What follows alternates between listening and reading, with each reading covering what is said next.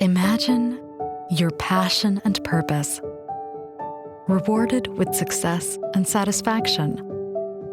Imagine focusing on the health of the horse and giving clients a payment option to help manage the cost.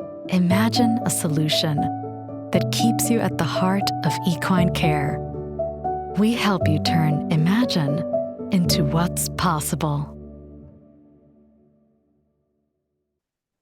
So I would like to welcome everyone. This is our 10th session of the 2024 version of our twice monthly series of virtual Wednesday roundtables. With these, we hope to bring you the latest information on both clinical and non-clinical issues important to the equine veterinarian. This is a very interesting subject we have tonight. Very important and very difficult to answer quickly. So be patient. Every situation is a little different. But this roundtable is entitled Discover Hidden Value. Help foreign veterinary graduates join your team. Now, our panelists of experts on this subject are Drs. Ernie Martinez, Raul Bras, Julie Wilson, and attorneys Glen M. Krebs and Glen W. Krebs. Once we get started, I'll let them introduce themselves further, but first, a little bit of housekeeping. One more time, you've heard me say this, please take advantage of the interactive nature of these roundtables. We want you to chime in with your questions and your comments. The Q&A box is for questions.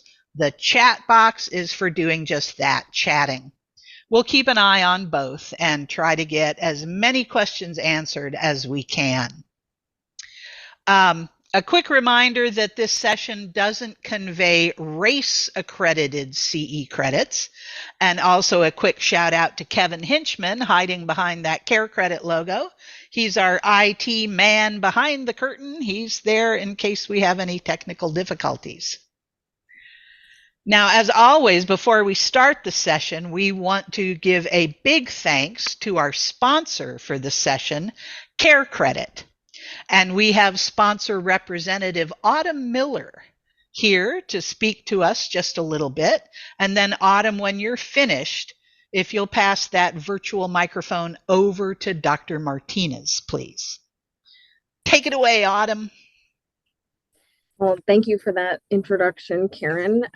Like she said, my name is Autumn Miller, and on behalf of everyone at Care Credit, thank you for your dedication to the horse, your profession, and your continuing education. Tonight we're focusing on the significant contributions of foreign veterinary graduates in the equine industry, and this is a super timely topic, as we're navigating the landscape of what is veterinary care.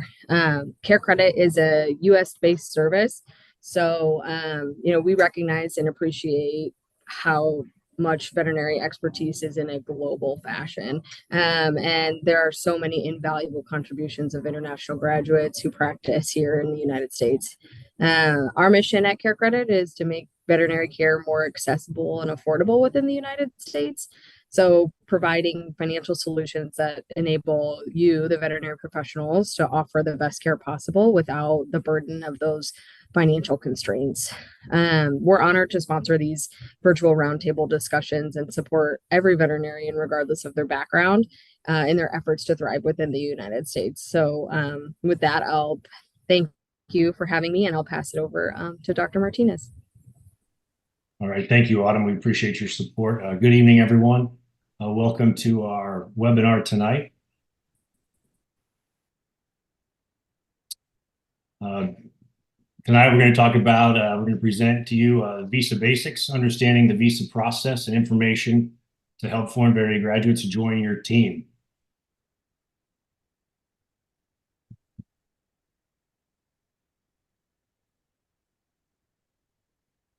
So first, I'd just like to say welcome again to everybody. I know there's a lot of people from across the world on our presentation tonight, and we're glad that everybody is here. I am the chair of the recently formed Foreign Veterinary Graduate Task Force. We came about from some feedback and questions posed to several board members throughout last year. And we had some members that were trying to understand how they could utilize foreign veterinary graduate students better. They voiced concerns and issues that they had with visas and the process of locating, hiring, and then keeping young doctors and skilled doctors that have graduated from overseas within their practices. And so our AAEP board kind of formed this quick task force and gave us a chore to investigate the issue and then report back to them on what we found and then come up with some solutions and things that we did. So joining me on this task force are Dr. Julia Wilson, Dr. Raul Bras, Dr. Carol Clark, Dr. Cole Seba, Dr. Chris Elliott, and Dr. Luis Morales. And all these great doctors were chosen because of their different roles and the different kind of touch points that they have with this issue. And we'll share some of those as we go through tonight. And then also kind of joining us in our monthly meetings was David Foley from the AAEP to kind of keep us on track and make sure that we were in line with kind of what our task was and what the AAEP Board of Directors wanted us to do. So as we looked into the issue and the struggles that foreign vet graduates have and the struggles that our practices in the States have, we kind of determined that our mission was first going to be to kind of identify the needs of our membership, our foreign vet grads and our AAP practices, identify the challenges that both groups face, and then come to the board and hopefully produce some good practical solutions and recommendations that they could use to improve things for our members. And so the kind of four pillars, the four blocks of what our process kind of revealed to us and what we've kind of come up with to give back to the board and give back to our members is first some educational webinars, the first one being tonight covering visa basics. And then we are going to hopefully plan one to kind of discuss and go through the different experiences through the licensure process that we'll talk about in a little bit. And then we've created and we have some website resources coming soon to the new AAEP website to provide educational materials to our membership on this topic. And then another important part that we discovered was the mentorship of both the foreign vet graduate and then the support for the AAEP practices stateside with how to integrate and mentor foreign vet graduates that they identify that they get over here, that they can support them and get them through the ECFEG or the PAVE process. So we've got some good things coming down that avenue to kind of support foreign vet graduates through the process. And finally, just this week, we got some funding approved to hopefully provide some scholarships, some financial support for foreign vet graduate members that are working through the licensure process. We'll have more information on that coming in weeks to come and hopefully on our website when we get that all up and running. But we're going to hopefully require that those scholarship applicants have been through kind of the bulk of the licensure process and are ready to take that next step, being the NAVLE test. And then we hopefully those scholarships will kind of help them offset some of the costs that we'll talk about tonight. So first off, if you're new to this, if you're not sure what I'm talking about, who are foreign veterinary graduates? These are graduates that have graduated from non-AVMA Council of Education accredited colleges by the AVMA. So basically they've completed a course, a veterinary study outside of an AVMA accredited school. And at that point, they cannot be licensed in the state. And so to practice legally, they can go one of two routes. They can acquire a certificate from the program of the Educational Commission for Foreign Veterinary Graduates. Yeah, I know there's a lot of letters tonight. It's somewhat confusing. And so they can go the ECFEG route, or they can obtain a certificate from the Program for the Assessment of Veterinary Education Equivalents, or PAVE. And this is overseen by the American Association of Veterinary State Boards, or the AVSB. So kind of from a high level, looking through what a foreign veterinary graduate goes through as they're going through this process. They've graduated from a foreign veterinary school, one that's non-accredited. They've, through their schooling or even after their schooling, they've identified an opportunity here in the States. That could be an internship, that could be an educational program at a university, that could even be a job opportunity in a hospital. Then they must go through the visa process, And usually that involves going first into a temporary position where they can get experience, they can get further educated in the areas that they're studying or where they're working at in the clinics in the United States.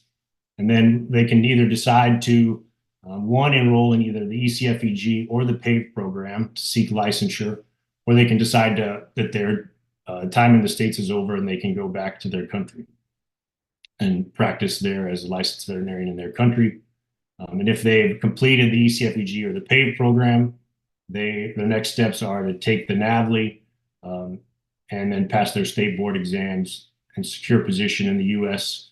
And then they are able, if their visa and things are in order, they can practice in the United States. So first, kind of looking at, I kind of glanced over this, and this is a somewhat difficult part to understand. So we're going to look a little bit more at the ECFEG program and the PAVE program first before we get into visas tonight. So these are the two certification pathways. Both of them have about 4 steps. You have to, of course, for the ECFEG program, provide proof of graduation from your accredited school in your country. You're required to pass an English assessment test. And then you have to pass a basic knowledge of veterinary skills test. And then a significant challenge becomes the passing of the hands-on clinical skills assessment, or the CPE. So those are the 4 steps for the ECFEG program. The PAVE is pretty similar. You have to check the jurisdiction where you're getting licensed because it's not accepted in as many states. And then you have to complete your application, take a science qualifying exam, and then the last hurdle for the PAVE program is to complete an evaluated clinical year. So this either has to be done in a certified practice or in a university setting where you're evaluated for a clinical year. And if you've completed those 4 steps, then you're all set. And basically, the end of this program, you earn your certificate from these groups, and that is the equivalent, as we're more familiar with, your accredited vet school diploma. And then you're ready to take your board exam or your NAVLE test, your state boards, and then you can practice here in the States. The differences between the 2 programs, besides the requirements and the testings, the ECFEG program is accepted in all states in the U.S., Canada, Australia, and New Zealand, whereas currently PAVE is only accepted by 44 states. So there's a little bit of sure you understand that as you go through the programs, depending on where you're trying to practice. And then I just have some stats for each of the programs on how the breakdown goes and how many people complete the program. So there's a fair amount of people who have been through each program, more so the ECFEG route than the PAVE route. So then looking back at this overview, as our group met the last couple months, we kept coming back to the first major hurdle. The 2 hurdles are obviously the visa process and then the testing licensure process. But most importantly is usually the visa process of getting over here in the proper way, the legal way, with the ability to maximize your time here to complete your original program, and then ultimately, hopefully, decide if you're going to go down the ECFEG or the PAVE pathway. So our group felt that the visa process was the biggest hurdle, and that's where we'd start tonight to bring you this information. Other challenges that we identified for foreign vet graduates was the identifying of opportunities. We've kind of taken some steps already to work with the AAEP job listing site to have a tab where those jobs that a foreign vet graduate that's not completely licensed yet could be eligible for and they're open for. There'll be a tab on there where they can search that and hopefully find those jobs easier. Then, of course, a big pain point is the certification program, passing the NAVLE, of course, the costs associated with it, the length of time that you can sometimes take to get through the ECFEG and PAVE program is an issue. And then sometimes there's a significant testing delays, as there was a backup during COVID, and some of those things still just haven't caught back up yet. Challenges for our AAEP practices. It's a big challenge to kind of understand this visa issue, as you kind of want to find somebody you want to hire and then getting them here so they can legally practice, or so they can work within your practice. And then hopefully another challenge that they have is organizing programs and figuring out ways that foreign vet graduates who are unlicensed can be productive within their practice. And then sometimes, like as we're going to learn tonight, that it's important and difficult sometimes to support them as they get through and work through those programs. Also understanding the costs associated with visas and how those should be covered and who might be responsible for those as they kind of maybe sometimes come up for negotiation in job contracts. So that's another pain point. And then again, the length of time, testing and visa delays where you kind of identify someone, but then the visa process may require they return to their country, and it may be another year and a half before they can get back to ultimately fill your position. So it can make scheduling a challenge if you find somebody that's not yet fully licensed that you'd like to hire. And so with that, as I said, we identified the visa issue to be kind of like the main first pinch point, pain point for foreign veterinary graduates and for AAEP practices. And so tonight we've invited the great legal minds from the Wyatt firm, Mr. Glen Krebs and his son, Glen Krebs, to talk to us tonight about the visa basics. And so I would like to, it's my pleasure to introduce them, and I'm going to turn it over to them. I'm going to stop sharing if Glen or Glen would like to share your slides and lead us through your presentation. Welcome. Thank you for joining us today. You bet. Thanks for the invitation, Ernie. It's good to be with you. Some of you may remember the old Newhart show. This is my brother, Daryl, and my other brother, Daryl. I'm Glen, and this is my son, Glen. We are very pleased to be with you.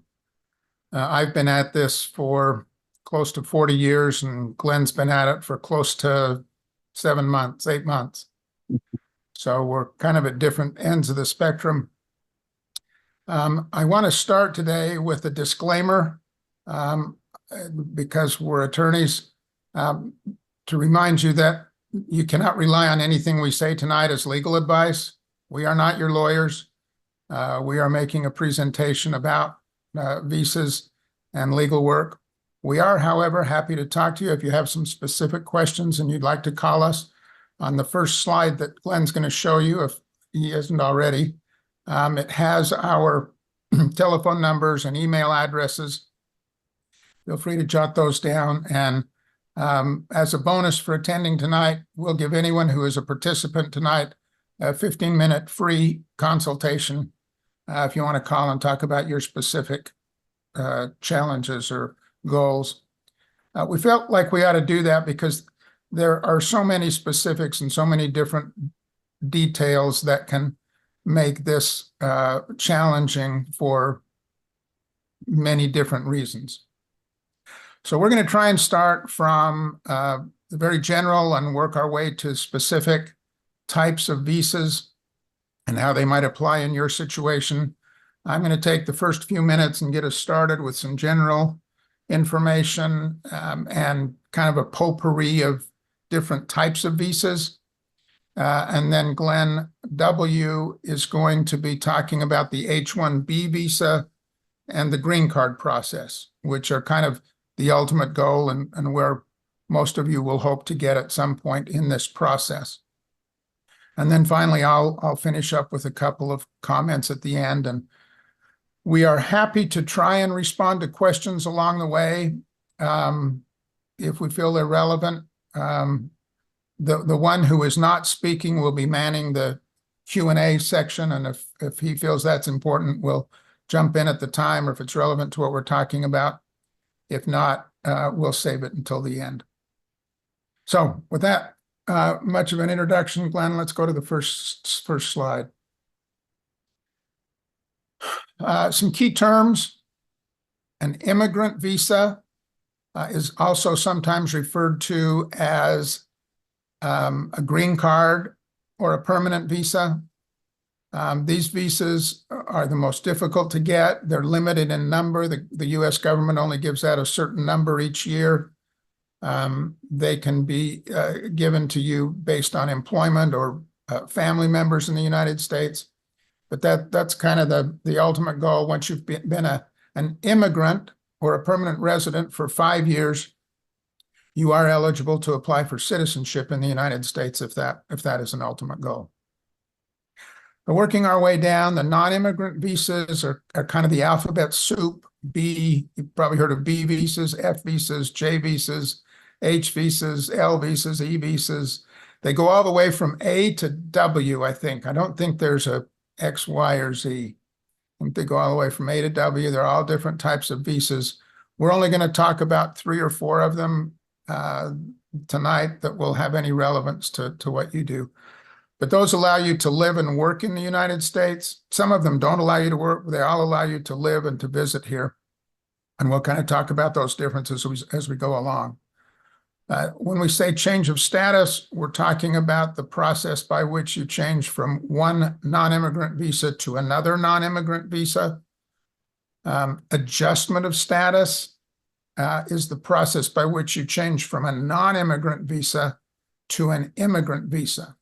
And all of that can be done within the United States. You don't have to leave the United States to make that change in many cases. If you do leave the States to get your new visa, you will do what we call consular process. That's the process whereby you have some kind of an interview at the U.S. consulate nearest to your home or in your home country. And then finally, a term that we bandy around a lot, premium processing, is the process by which the United States government will make a decision on your case more expeditiously. That only applies to certain types of visas, but where a visa may take a year under normal circumstances, by paying the extra $2,805, you can get a decision within 2 weeks. We've already talked about, Ernie talked about the licensure requirements. I just wanted to kind of make sure we were all on the same page. So I don't think we need to spend much time there. So you're ready to come to the United States. First thing you want to consider is the possibility of just coming over as a visitor. People from many countries in the world can come over without a visa. The United States has a reciprocity, sometimes referred to as the ESTA visa. It's good for up to 90 days. You can just fly or drive into the United States and stay up to 90 days and go home. If you want to stay longer than 90 days, or if your country doesn't qualify for the 90-day waiver, then you apply for a B1 or a B2 visa. These are applied for at the U.S. consulate in your home country. They allow you to come into the United States to visit or to explore opportunities, educational opportunities, business opportunities. They do not allow you to work. You can come in and visit, observe, consult, teach, learn, whatever you might want to do on the B visa. The F visa is another short-term visa. These are for students. If you're going to be studying full-time at a U.S. university, you would get an F1 visa. That can help in working your way towards your certifications or your other clinical evaluations.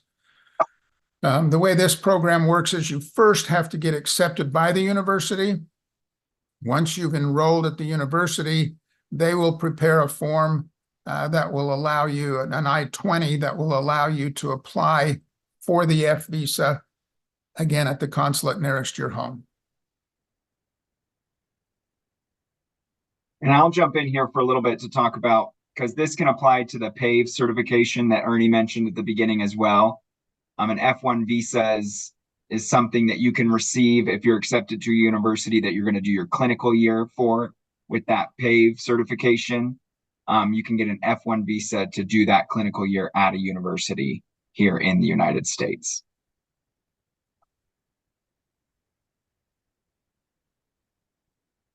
All right. The J visa, I know there's a question in the Q&A about the J visa and CAEP's sponsorship of that. So the J visa is an option. It's only for internships. You're not allowed to participate in clinical activities. So the program that you're coming to work on has to be tailored specifically to your needs, your educational needs, to allow you to prepare for or begin to take exams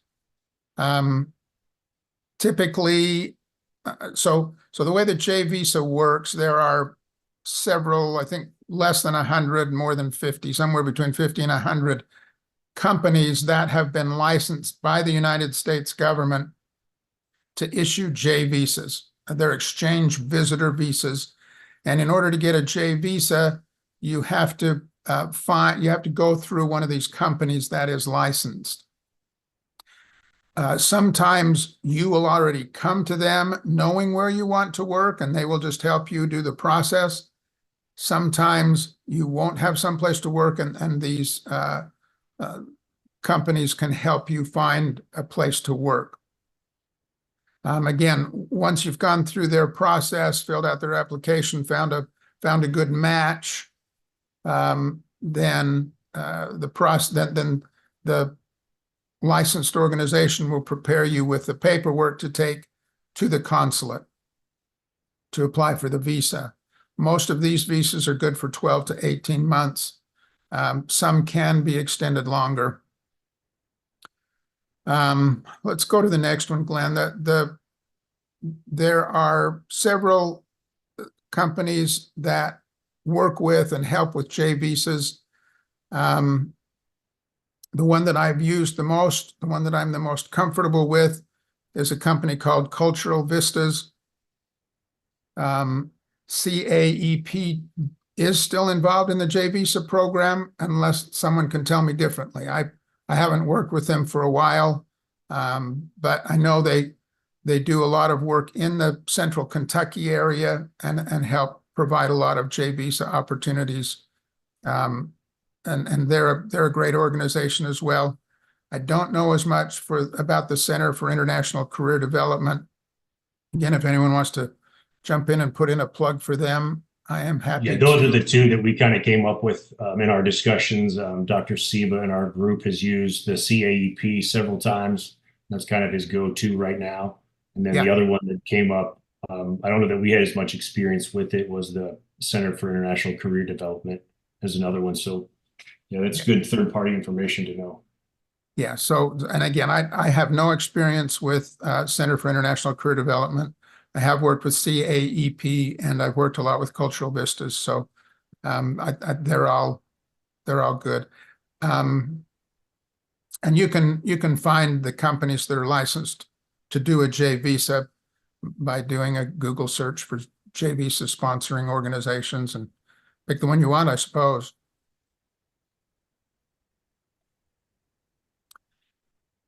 Right, the other visa that is designed specifically for trainees is the H-3 visa. The H-3 visa is sponsored by the organization that the veterinarian is going to work for, or the student is going to work for. These are very difficult to get, very specialized. The sponsoring organization, the farm or the clinic, has to have a very detailed training program explaining what the students are going to be doing basically each week of the program. They cannot do more than 5% productive employment during the 2 years that they're here. So the H-3 is designed for the student to shadow an employee. So you can't really use it to get extra help, but you can use it to train and work with someone who you think may have a future with your organization.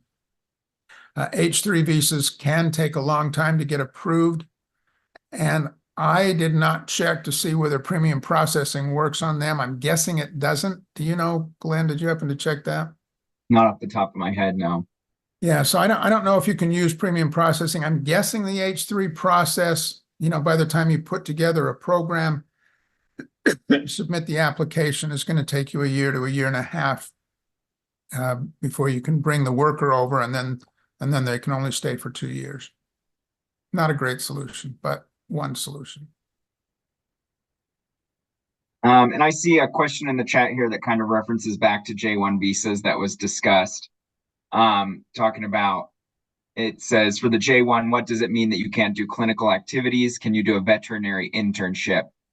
This is something that's I mean, something that we don't personally have a lot of experience with as far as the exact guidelines for what is and is not clinical. This is something that the third-party services would be familiar with. They will tailor, like Glen M said, these internships with the activities that you are eligible to participate in to get the experience here in the United States working. Can I interject a comment? Please. I think we also have to be careful. In many states, you can't do vet tech work if you're not a licensed or registered vet tech. So you need to be pretty specific, what's going to be allowed or not allowed. Yeah, and that's where it's helpful to have your J sponsoring organization have some experience with this. Typically, attorneys don't get very involved in the J process because they have these licensed entities that are involved in them.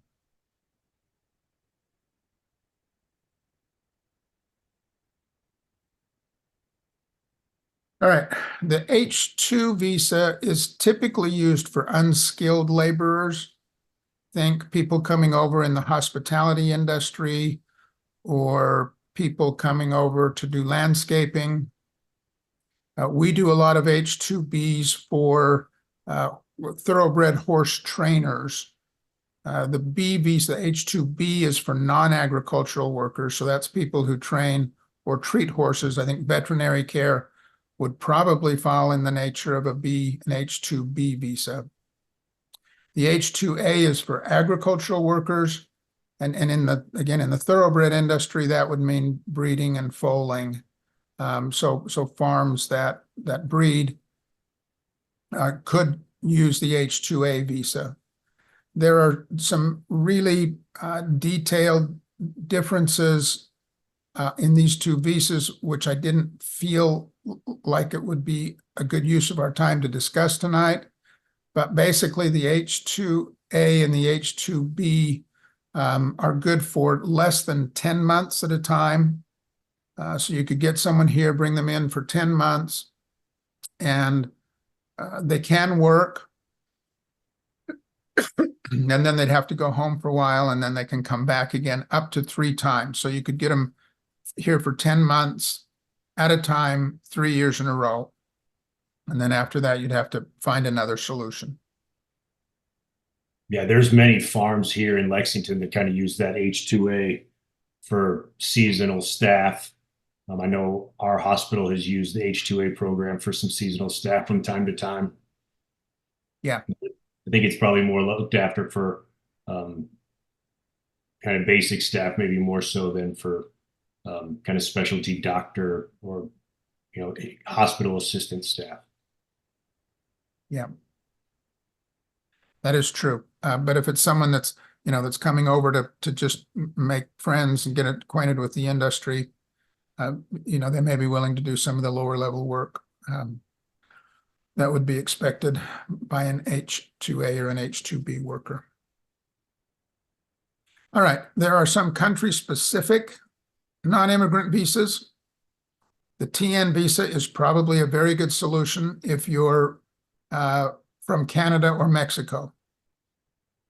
The TN visa allows for certain professions to enter the United States for a period of up to 3 years at a time to do whatever it is that their profession allows them to do.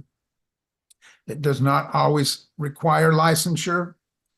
You can just come in based on your degree, and it can be renewed beyond the 3 years if necessary. TN visa is a great solution, we think, if you're from Canada or Mexico, or if the person you want to bring in is from Canada or Mexico. Similar types of comments regarding the H-1B1. This is for people from Singapore and Chile. It's similar to the H-1B, but there's no limit on the number of people like there is with the H-1B. So if you're working with someone from Singapore or Chile, the H-1B one might be a good solution. And the same thing is true of the E3 visa. The E3 is like an H-1B for Australians, but there's no limit on the number that can come. So again, if you're working with people in any of those specific countries, these are options that might work well for you.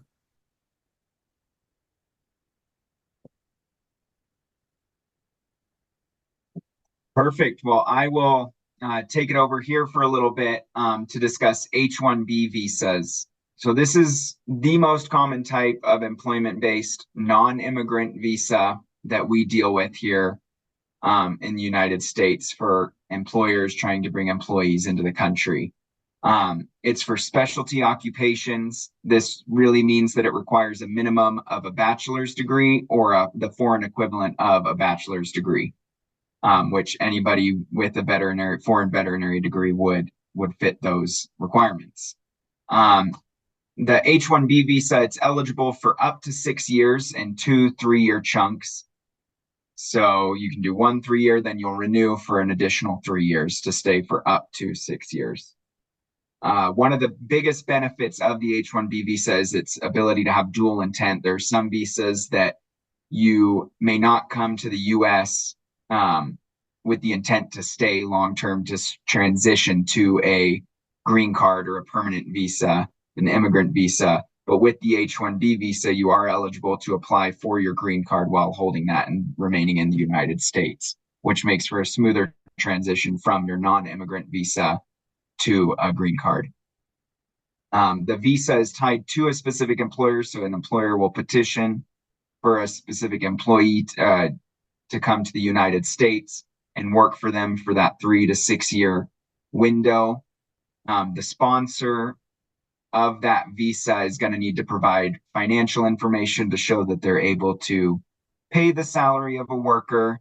They're going to need to provide a business summary. We prepare a support letter stating kind of what the employee does, what the employer does, the qualifications of the employee, and showcasing their financial ability to stay solvent and to pay the salary of the incoming worker. And for the H-1B visa, all of the fees associated with that are required to be paid by the employer. So the general process for the H-1B visa is the dreaded first step, which is the H-1B visa lottery. This is the largest downfall of the H-1B visa, is that there is a limited number, about 85,000 total visas are annually awarded for H-1B. To enter the lottery, you have to enter before March 31st.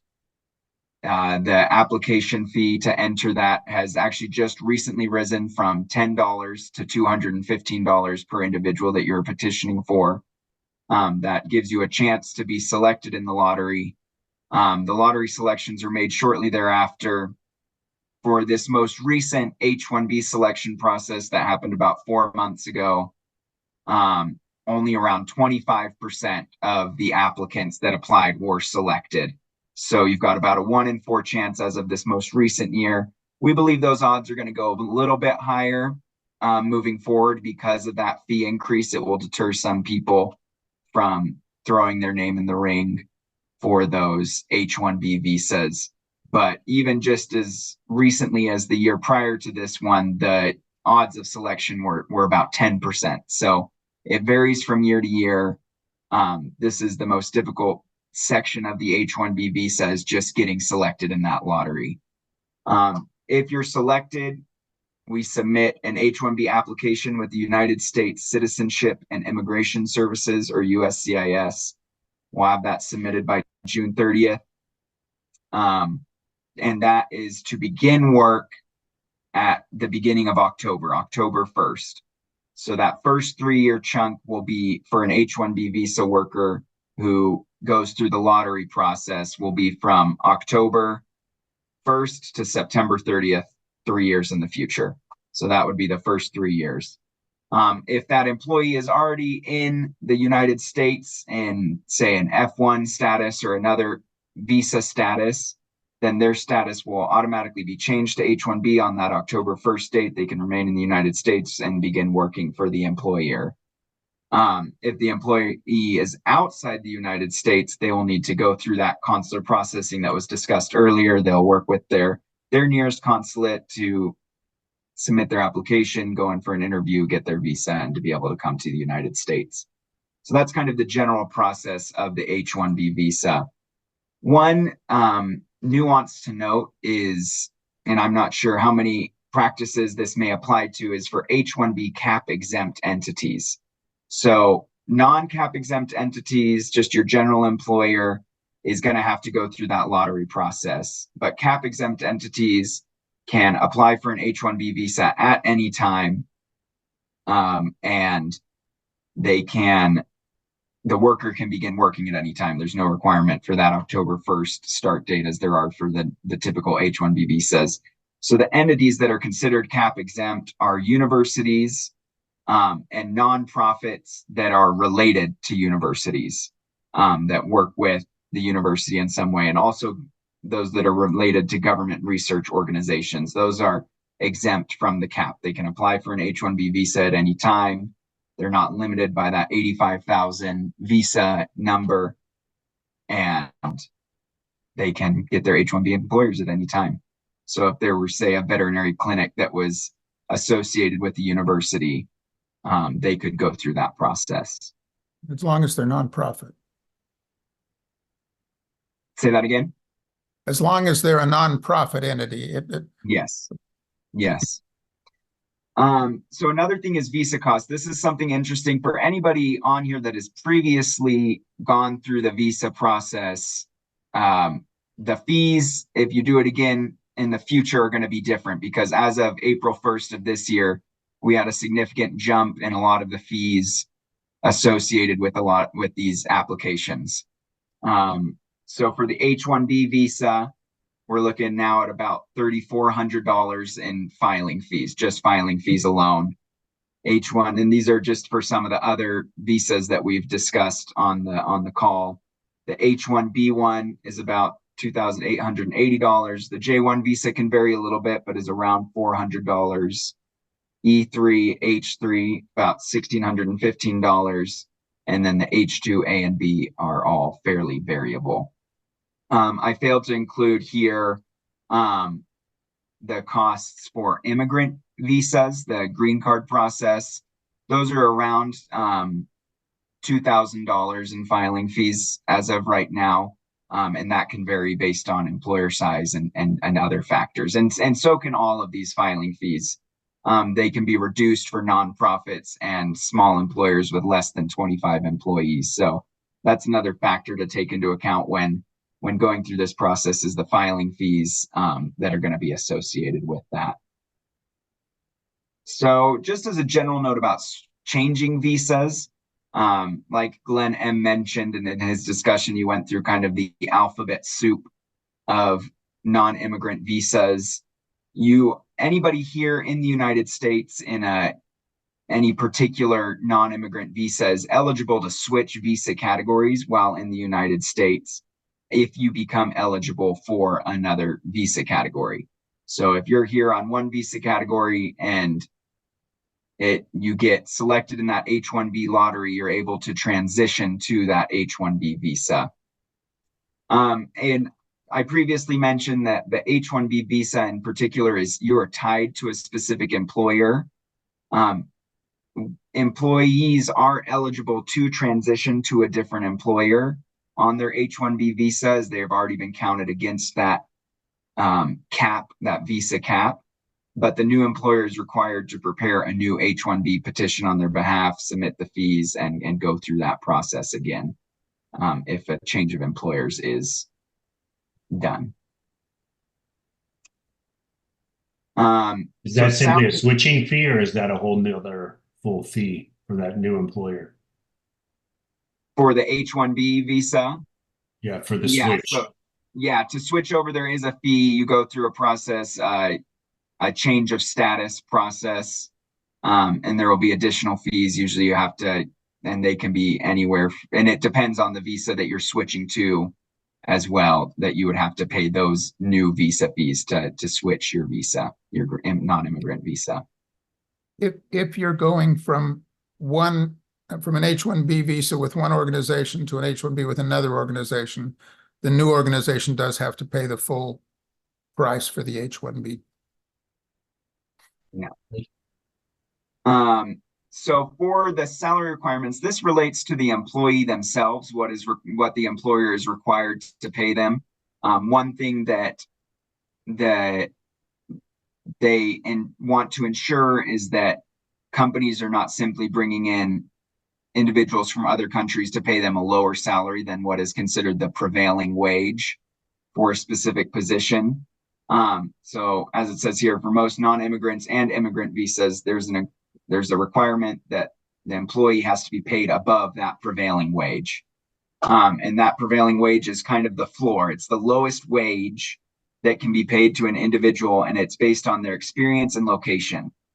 So for a position that requires heavy specialization, such as a veterinary degree, if you had 10 years experience, different things like that, the salary, that prevailing wage is going to be much higher than if you require 0 years of experience and no particular degrees or anything like that.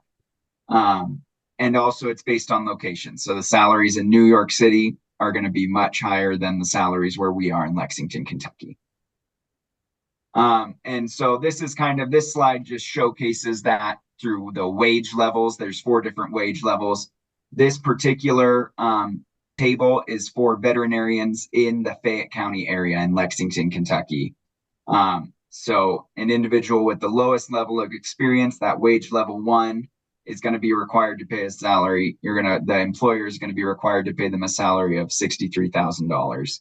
But for the individual with the highest level of experience, that wage level 4, the employer is going to be required to pay about $150,000. And the employer cannot pay below that level if that is the salary assigned to them by the Department of Labor, who handles this. And those different levels, like I mentioned, are determined by the Department of Labor. There's a various amount of factors that goes into that to decide what wage level the employee will need to be paid. So that's something to factor into as well. And it is something that we look into closely to try and find the wage level that is going to be required for an individual to make sure that the employer is willing to pay that wage. One thing that we want to discuss is kind of the pipeline from U.S. universities. International students, as we discussed earlier, are going to be in F1 status. After graduation and licensure, foreign students are eligible to work for up to 36 months in what's called OPT, optional practical training. So this is a way to for students to extend their visa, stay in the United States, work in the area that they have practiced in, that they studied. We see a question here, I think marked, it says, does someone with an F1 visa that did an internship, can they do a STEM extension? So the STEM extension is part of this optional practical training that allows individuals to work for a longer period of time if they studied in a STEM field and are working in that field. Glen M, I'll defer to you for what is the exact amount of time for the STEM OPT extension? Well, I think the question, as I read the question, it's more about if they only did an internship, if they didn't earn a degree, are they even eligible for OPT? And I think the answer to that is no. Unless you're in a degree, a matriculating program at the university, you don't qualify for the OPT visa. And if you don't qualify for the OPT, you would not qualify for the STEM extension. So I think in order to get either OPT or the STEM extension, you have to be in a degree program at the U.S. university. Perfect. So one nice thing about this OPT, and something that we see fairly frequently in our practice, is kind of this pipeline is a student will go to their university, they'll study their degree, then they'll work in optional practical training for about 36 months if they're in a STEM degree. And during this time, the employer can kind of get a few bites at the apple for the H-1B visa. right? So during these 36 months, the employer will apply 2 to 3 times if they don't get selected in the first go round of the H-1B lottery. And then if they're selected, they proceed with H-1B, they get an additional 6 years.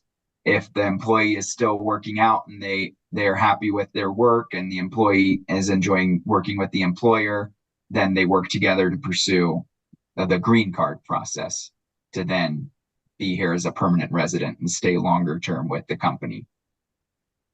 Glenn, we have another, before you launch into permanent residency, we have another question that kind of relates to the student side of things. The question is the ECFVG equivalent to a U.S. degree?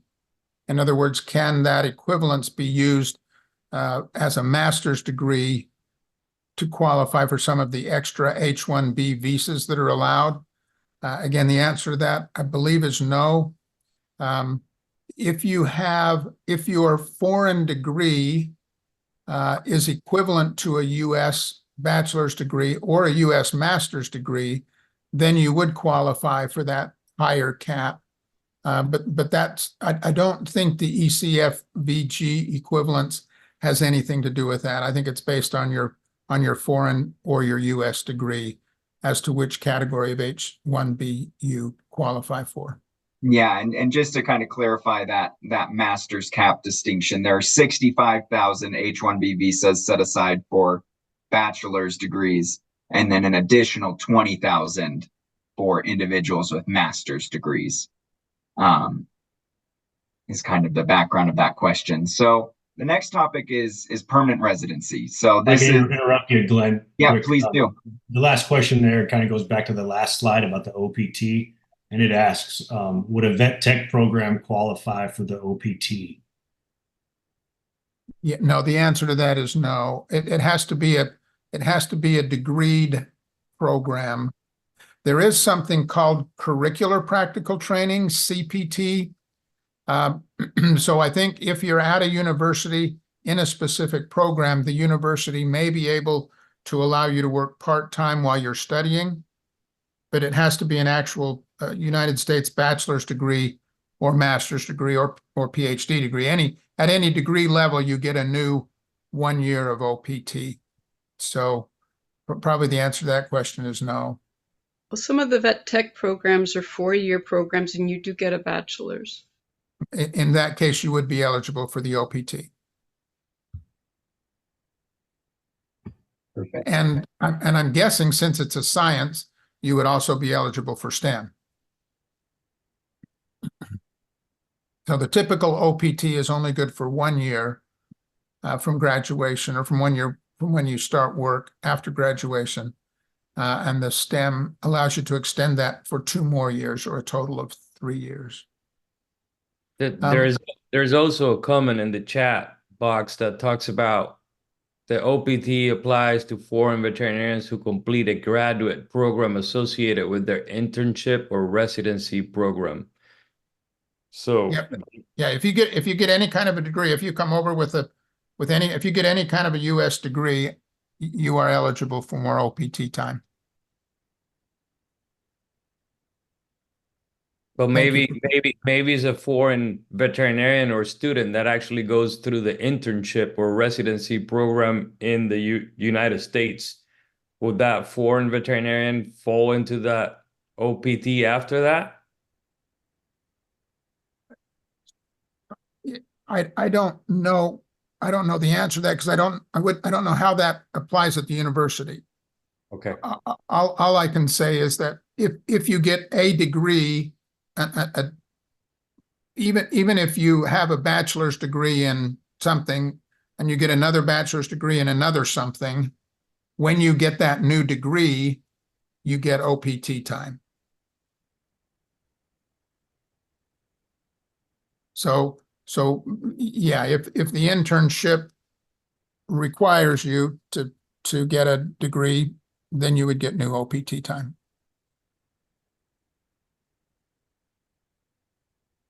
There's a couple of other. Go ahead. Was there something else? No, please. There's a couple of other questions here that we might as well clean up before you launch into permanent residency. I think you'll answer that first one about timing on the green card.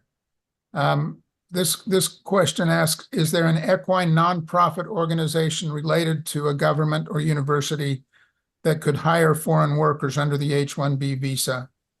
I don't know the answer to that.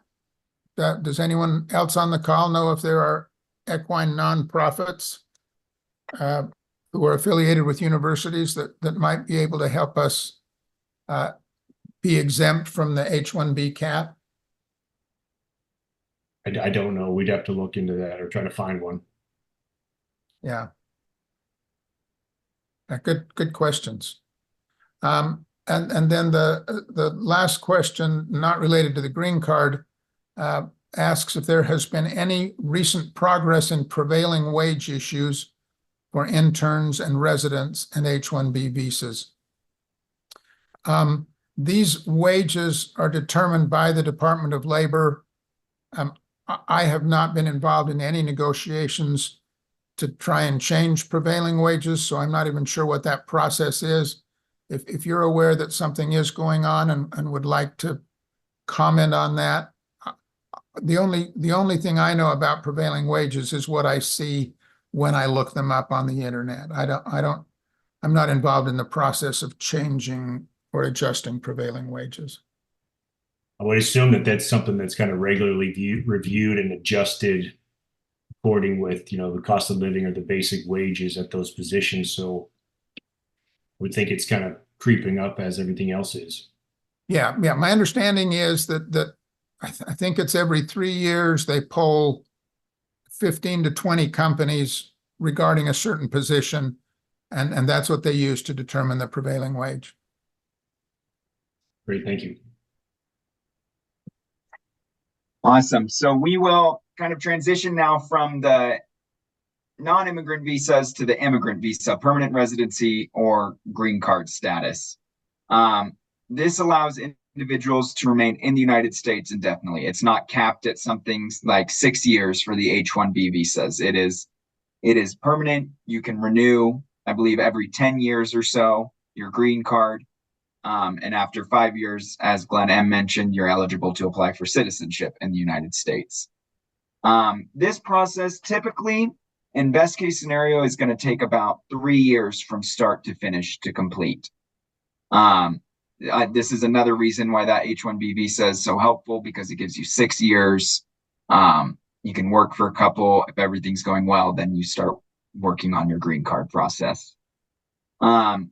So for most veterinarians, and that's the kind of the topic of this call, that is going to be what's considered an EB2 visa. This is for individuals with an advanced degree.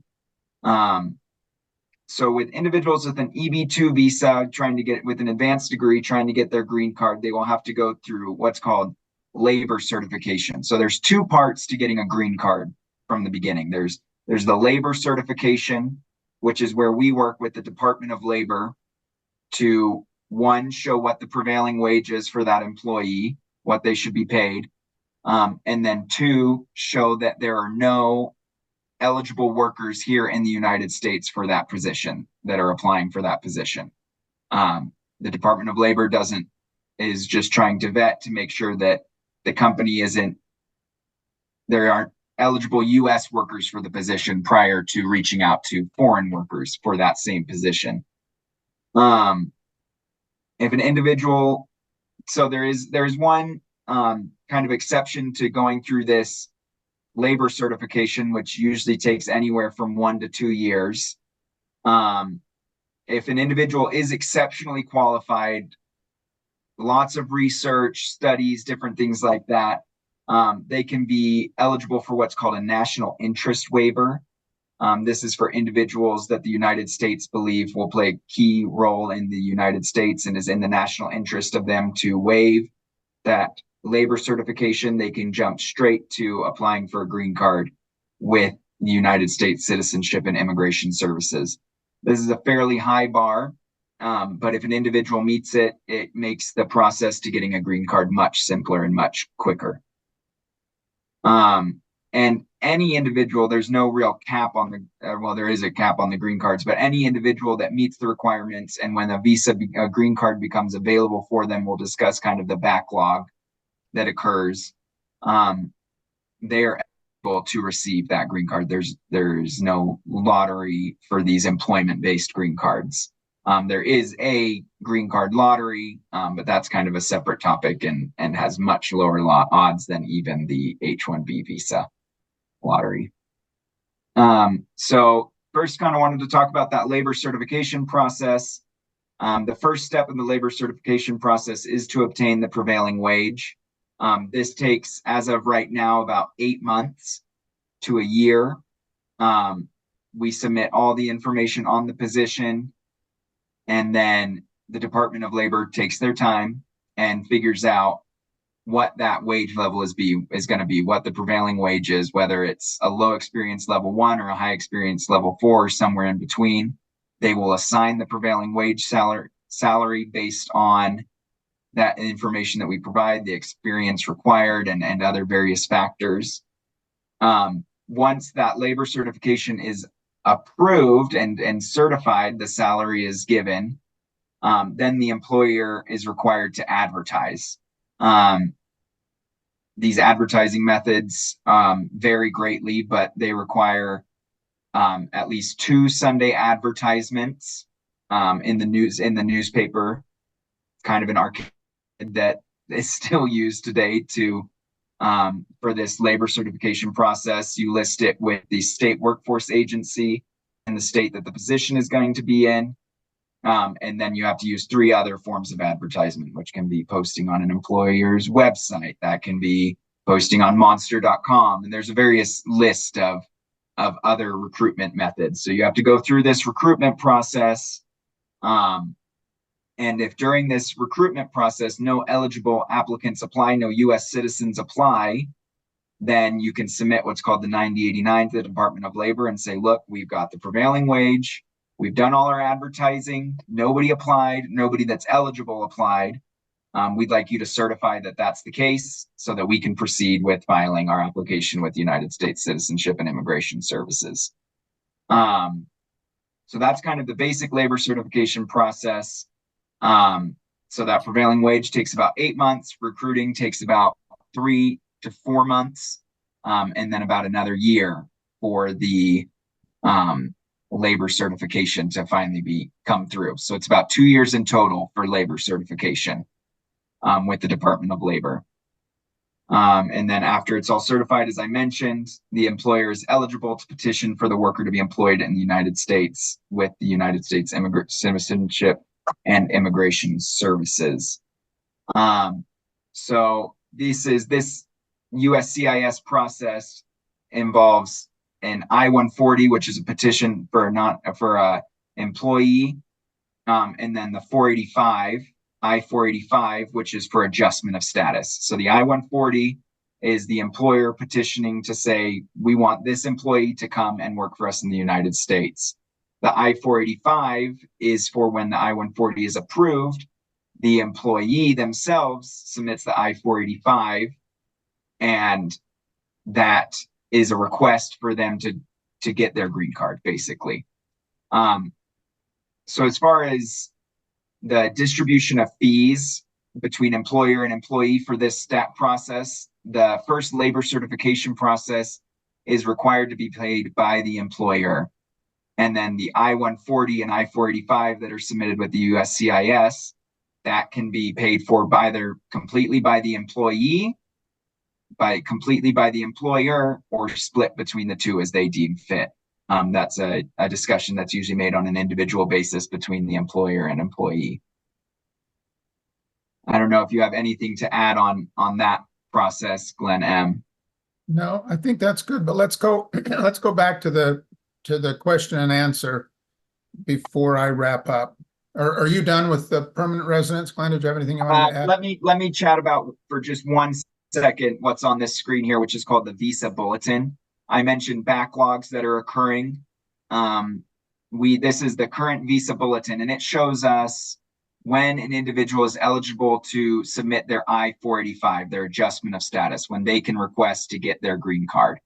I'm not seeing that, Glenn. Is that not?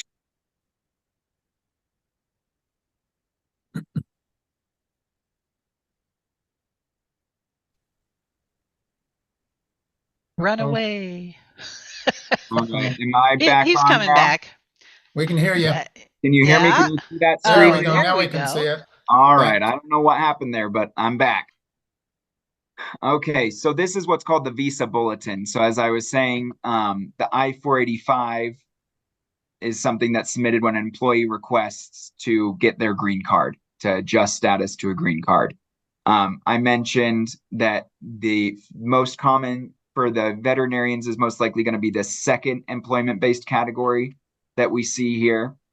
So that means that an employer, when they submit their I-140, they get a receipt notice saying what date that I-140 was submitted.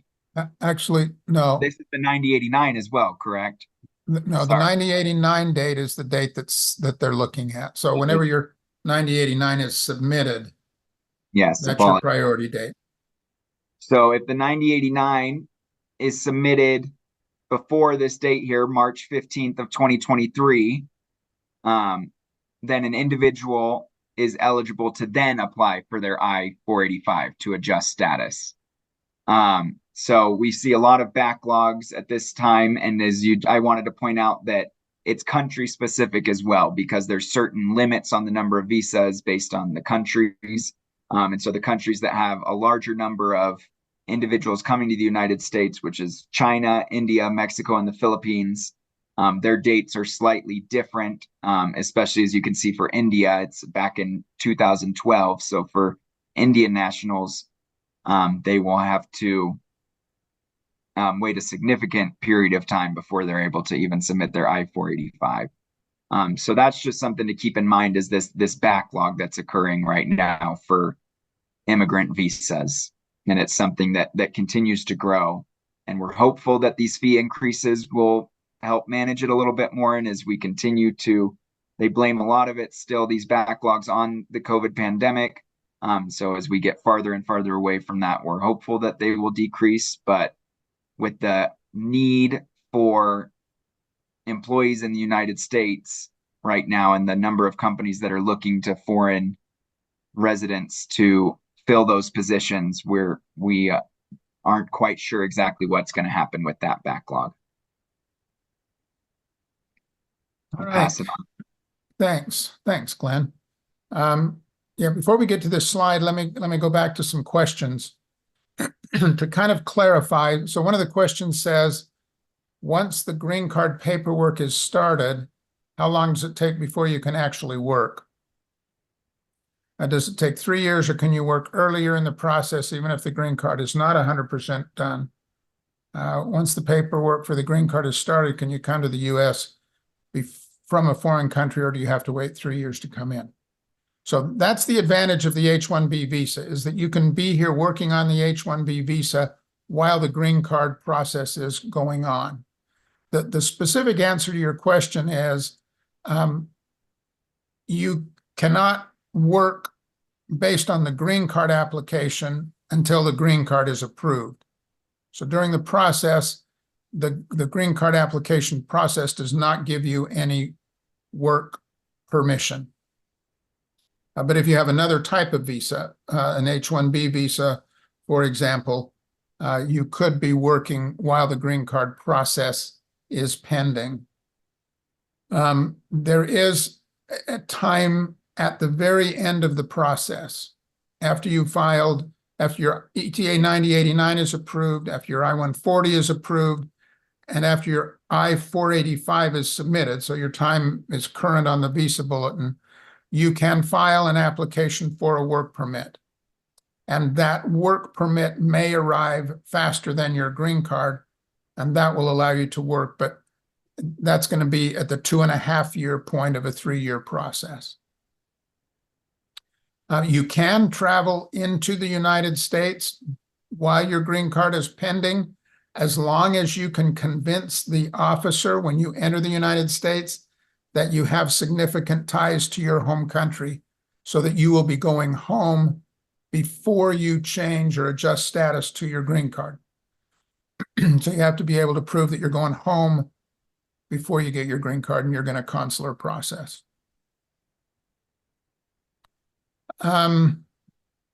Other green card related question is a worker eligible to apply for a green card if on H-2A or H-2B visa?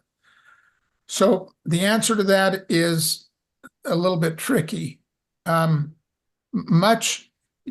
Once you have been named as a person desiring to become a permanent resident, in other words, when you have filed your I-140, you have indicated that you have immigrant intent. Once you have immigrant intent, you cannot extend your H-2A or your H-2B visa because they are non-immigrant intent visas. But if you time it right so that you enter on an H-2B visa on October 1st, and then you can immediately file your I-140 and your I-485 together, the timing, you can stay for 10 months on your H-2B visa, you might be able to have your work permit by the time your H-2B visa ends. That's kind of iffy, and but it is possible to do that if you time it right, so that you can remain in the United States for most of the time on an H-2A or H-2B. I'll jump over as another Q&A question is, how much is the permanent resident process fee, and is this paid by the employer? The permanent resident process fee with USCIS, that I-140 and the I-485, the I-140 is about $1,300 in filing fees. The I-485 is currently around $1,400 in filing fees.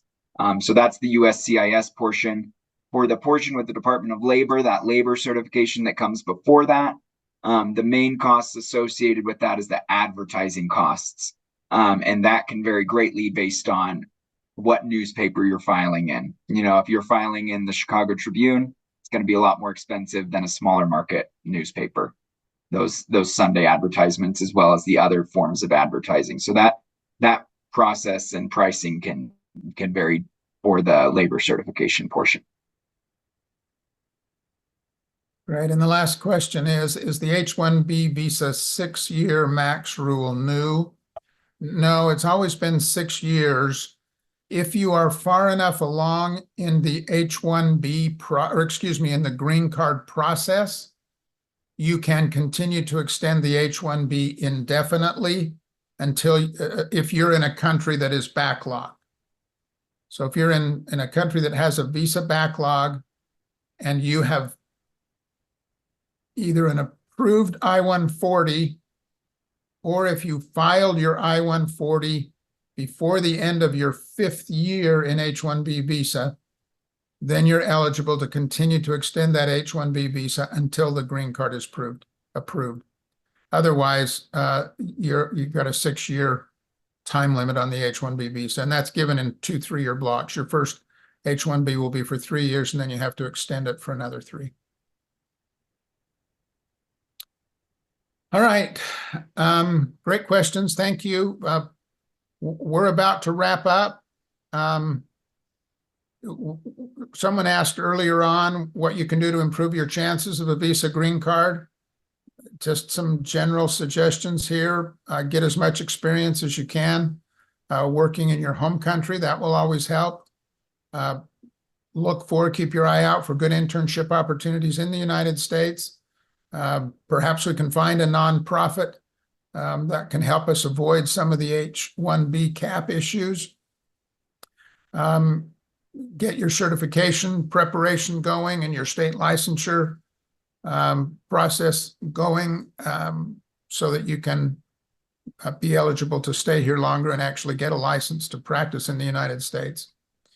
And if you are interested in research or other type of specializations, those can maybe help you qualify for a different type of green card or may help you get an H-1B visa because of your specializations. In terms of impact on the election, it is extremely unlikely that the United States Congress will pass any serious immigration reform. That the topic just appears to be too divisive in the United States right now. There are too many people with too many views. In my opinion, the main problem is that the United States government does not allow enough legal ways for people to enter the country. That's why we have to have this seminar. It seems to me like there should be a much easier way for foreign veterinarians to come and work. The President of the United States can change a lot of the procedural aspects of immigration, and both President Trump in his first term and President Biden have changed a lot of the procedural aspects. Typically, President Trump made it more difficult to get visas, and President Biden has softened some of those procedures and made it a little bit easier. But, you know, in specific areas, they may flip-flop. It's really difficult to predict what kind of changes it comes to, or may arise as a result of a change in our president, certainly. You know, Congress, if one party or the other gained great control of Congress, they might be able to pass some kind of legislation, but as long as our Congress is divided between the two parties, it's highly unlikely that anything's going to happen. I see one other question. Is there no limitation in terms of age when it comes to getting an internship? There is no limitation on age. You can come at any age that you would like to work on an internship. Thank you all for inviting us. Like I say, we're happy to talk to you. If you want to give us a call, tell us you were on the program and you had a couple more questions. We'll give you the first few minutes free, and then if you want to hire us to do anything, we're happy to do that. We'll be happy also, Ernie, to continue to counsel with your committee if you have any other questions, or if there's anything we want to follow up. There were some great suggestions made tonight that might help get foreign vets here more regularly. Yeah, thank you. I think your presentation covered everything we asked for and everything that we could hope for. It seemed like as the questions kept rolling in that we're somewhat just scratching the surface of some of these issues. And while it might seem simple, it's definitely not. I think it's kind of complicated quick. And so I appreciate you guys taking the time with us tonight and for answering all those questions. Glenn, if I could just take the share screen back over. We just have a few more closing slides, and we'll just ask, one last time if anyone has any other questions. We did accept a bunch of questions through the registration invitation, and those questions kind of came into three different groups. The first kind of covered all the visa basic questions that I think Glenn covered for us tonight and answered most of those. One of the questions asked about, why are there state-to-state differences? And I think Dr. Wilson has some experience with some of that. She was going to answer this question for us or kind of explain why some of the different states have easier or more difficult times than others. Yeah, it's really frustrating, and you really have to read the fine print and the practice acts. There are a couple of different ways that foreigners can get into the universities, depending on what the specific language is. Minnesota, as an example, just had legislation passed that would allow the university to hire foreign graduates that are not eligible for a regular license to come in on what's called an institutional license. Some of the states call them educational licenses. And these are limited licenses that only allow the veterinarian to practice within the scope of their work at the university. So in Minnesota, before this new law, you couldn't come in unless you were a specialist and you had to have a special letter from the vet school. But now the vet school makes vet determination, and the incentive for that was that they're having so much trouble hiring faculty, but it also applies to interns and residents. So that's one reason. Another reason might be that there's specific agreements or compacts with other states that allow for easier passage between states. So maybe you were allowed to practice in one state and it was only an educational license. Another state might accept that and allow somebody to come in and then have a regular license. I mentioned the veterinary technician issue. That's something that has to be sort of in your mind if you're thinking of coming in one of these visa statuses that doesn't let you work as a veterinarian. You could be encroaching on the legal turf for the veterinary technicians. That's probably something that depends on the definitions in each state. So thank you for talking about that. The other group of questions focused around. Do you mind if I mention one other long shot that I forgot to mention during the program? Sure. One of the things that we've done a couple of times for foreign vets is allowed that they have had the financial ability to set up their own company. There's an e-visa. It's called a treaty investor visa. And for someone from a foreign country, if they can invest in a company that would provide some kind of veterinary services or something like that, they can come in and qualify for this e-visa. Typically, the minimum investment, I call it a safe harbor investment, is $100,000 in this company. You invest the money in the company, and then you can pay yourself a salary with that $100,000 and operate your business that way. But we've had success with a couple of people who have already have their license and are able to practice, to just come in and set up their own operation and begin practicing, and they can stay here on an e-visa. They don't have to wait in line to get the H-1B lottery or the green card, but they have to have the financial ability to make the investment. Yeah, that's a big hurdle in itself. So that's another good option, another good avenue. The other group of questions that kind of came through in our registration process was concerns and trials and tribulations with the ECFEG process and PAVE process. Is there's delays and difficulty in getting testing dates timely enough and soon enough that may even conflict with your visas.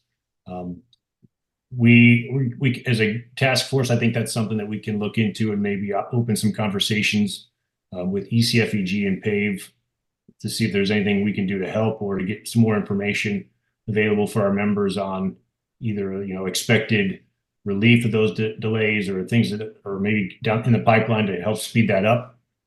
I think early in our conversations, though, as a task force, we were kind of adamant and stern in our position that our task force was not going to try to ask ECFEG or PAVE to kind of weaken their process and make the testing easier or the standards lower for that testing process to make it easier for foreign veterinary graduates to pass that. I think we support their efforts to keep and maintain the standards of veterinary medicine and education in the United States.